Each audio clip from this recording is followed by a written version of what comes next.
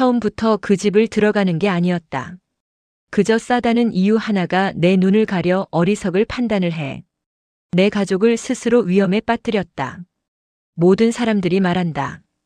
요즘 한국 사회에서 집을 구하기는 하늘의 별 따기라고. 내 집 마련이 모든 가장의 꿈이고 나 또한 그중 한 사람이었다.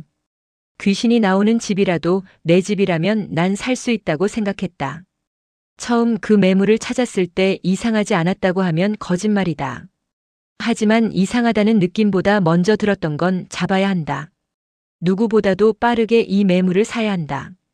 이 생각에 급하게 부동산에 연락하였다. 도심 외곽, 오래된 단독주택. 낡긴 했지만 무너지거나 흉측한 흔적은 없었다.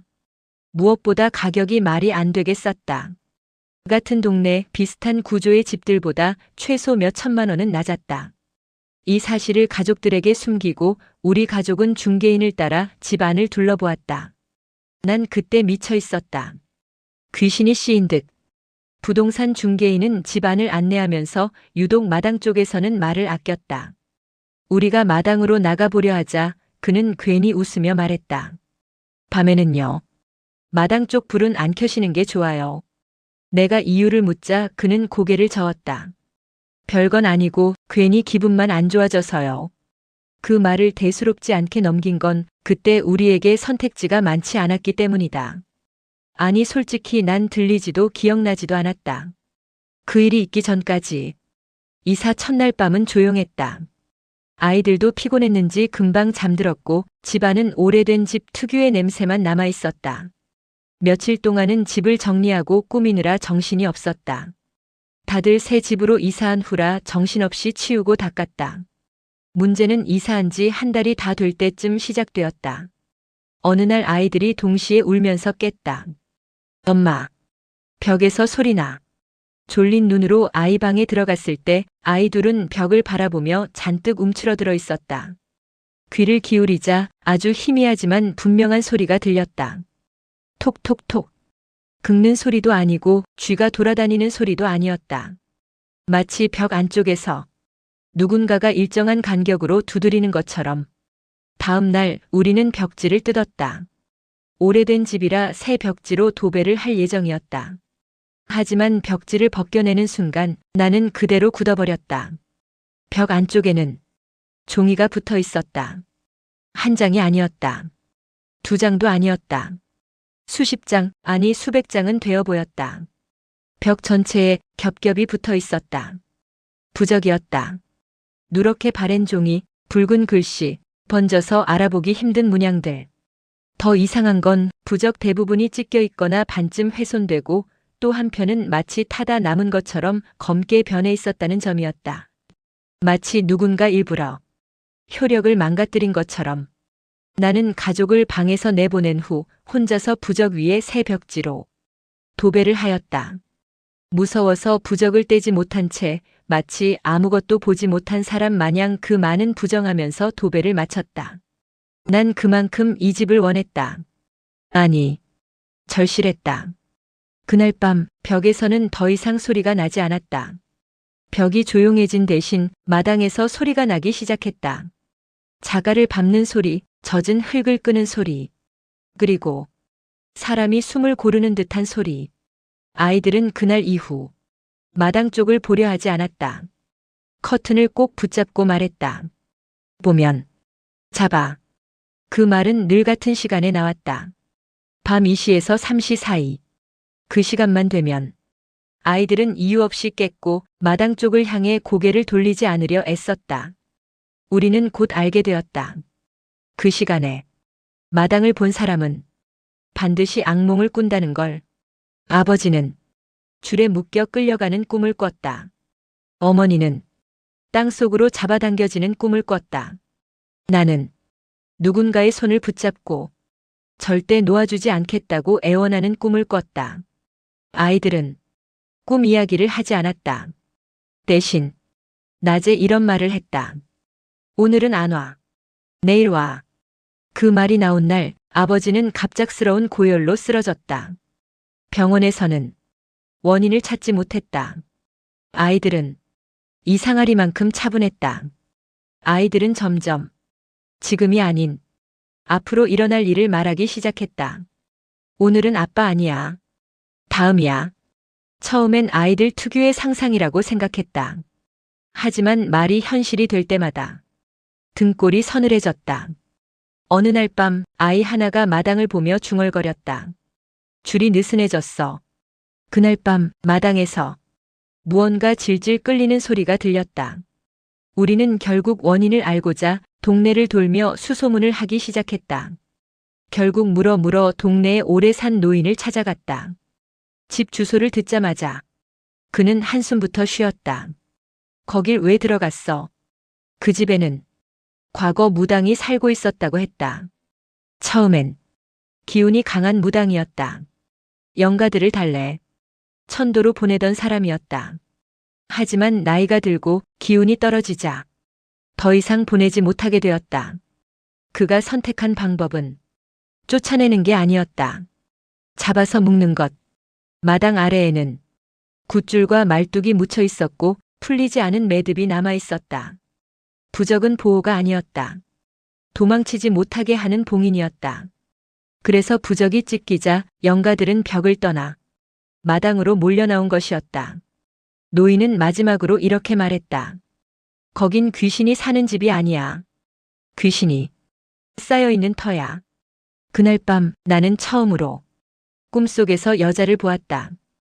풀어헤친 머리, 아무 말도 하지 않는 얼굴. 하지만 그 뒤로 사람들이 계속 늘어났다. 남자, 노인, 아이. 모두 같은 말을 했다. 보내줘. 그리고 아이들을 향해 천천히 기어왔다. 나는 비명을 지르며 깼다. 아이 방에서는 아이들이 동시에 중얼거리고 있었다. 보내줘. 아직 묶여 있어. 그 순간 마당에서 줄이 팽팽해지는 소리가 났다. 마치 무언가가 본격적으로 움직이기 시작한 것처럼. 그날 이후로 아이들은 더 이상 밤에 울지 않았다.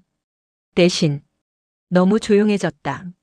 아이들은 밤이 되면 나란히 마루에 앉아 마당을 바라보았다. 커튼을 쳐도 소용없었다. 아이들의 시선은 마치 커튼을 뚫고 나가는 것처럼 정확히 같은 지점을 향했다. 나는 아이들에게 말을 걸었다. 뭐 보고 있어? 아이들은 거의 동시에 대답했다. 줄. 어떤 줄인지 묻자 아이 하나가 고개를 갸웃했다.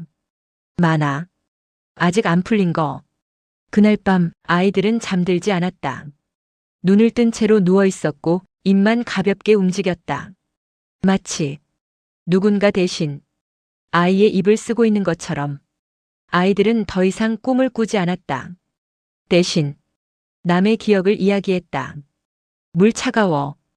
여기서 오래 있었어. 사람 안 와.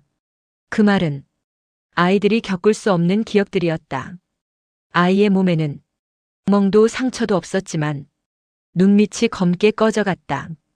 마치 밤새 잠들지 못한 사람처럼. 아이의 그림도 변했다. 종이에 그린 건 집이 아니었다. 마당 아래 사람 모양들이 줄로 이어진 그림이었다. 우리는 더 이상 버틸 수 없었다. 결국 무당을 불렀다. 무당은 집 앞에 서자마자 한 발 물러섰다. 그러고는 떨리는 목소리로 나지막히 중얼거렸다. 여기 아직 줄이 살아있네. 그는 집 안으로 들어오지 않고 마당부터 바라봤다. 이 집은 천도를 못한 게 아니야. 못하게 만든 집이야. 무당은 이 터가 왜 위험한지 설명했다. 영가를 한두 번 묶은 게 아니었다. 기운이 떨어진 무당은 자기 수명을 깎아가며 계속 묶어두었다.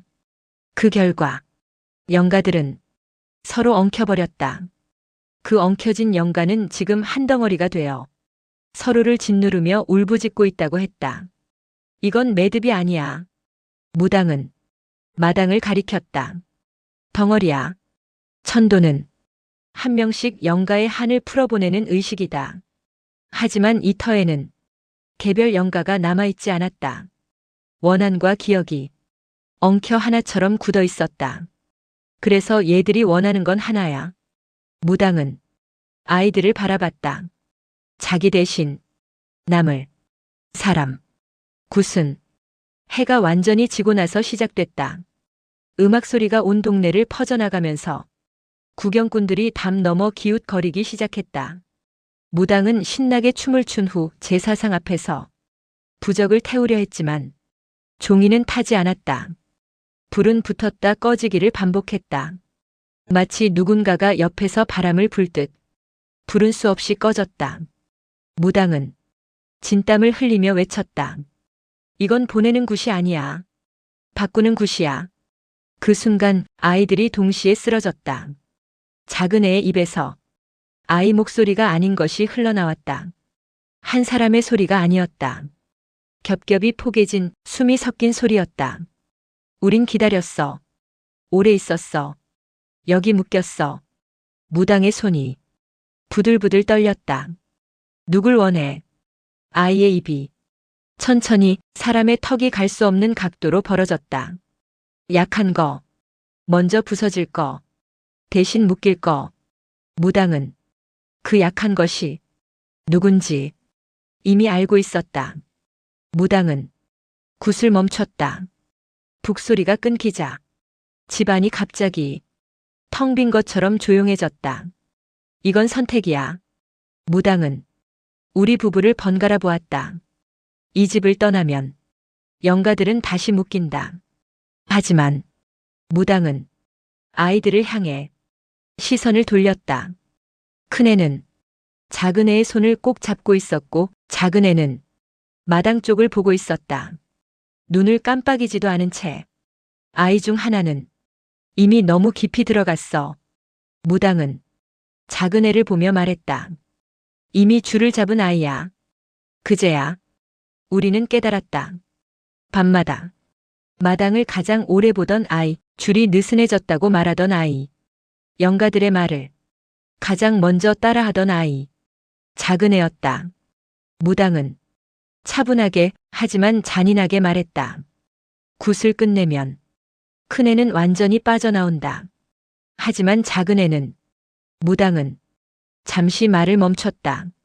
그 아이는 살아는 있지만 이 집과 영가들을 계속 연결하는 쪽이 된다.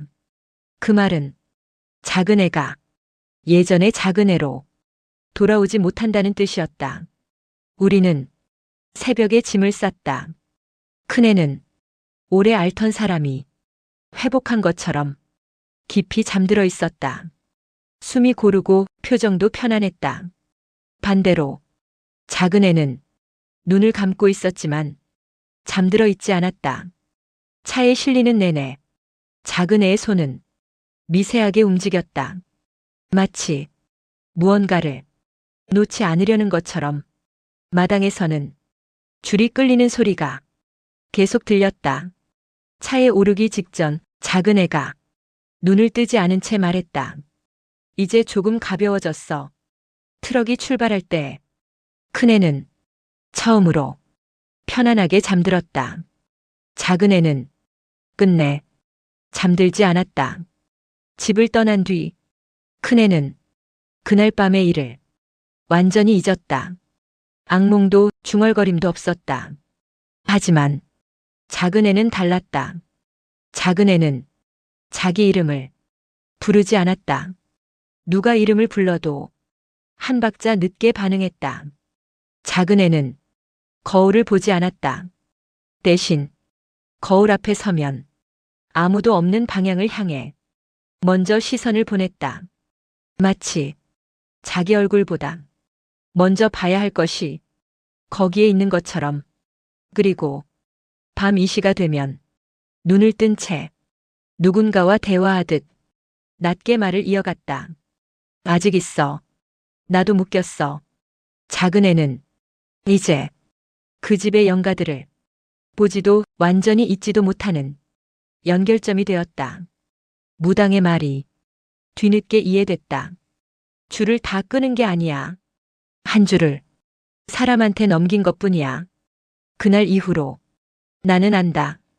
그 집의 마당은 비어있지만 완전히 비어있지는 않다는 걸. 그리고 그 줄은 지금도 작은 애를 통해 어딘가로 이어져 있다는 걸.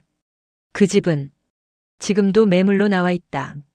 최근에 올라온 부동산 사진 속 마당 구석에는 사람 수보다 많은 그림자가 찍혀 있다. 그 중 하나는 유난히 작다. 아이 키 정도다. 나는 안다. 그날 모든 줄이 끊어진 게 아니라는 걸. 한 줄을 사람에게 넘긴 것뿐이라는 걸. 그리고 그 선택은 지금도 계속되고 있다.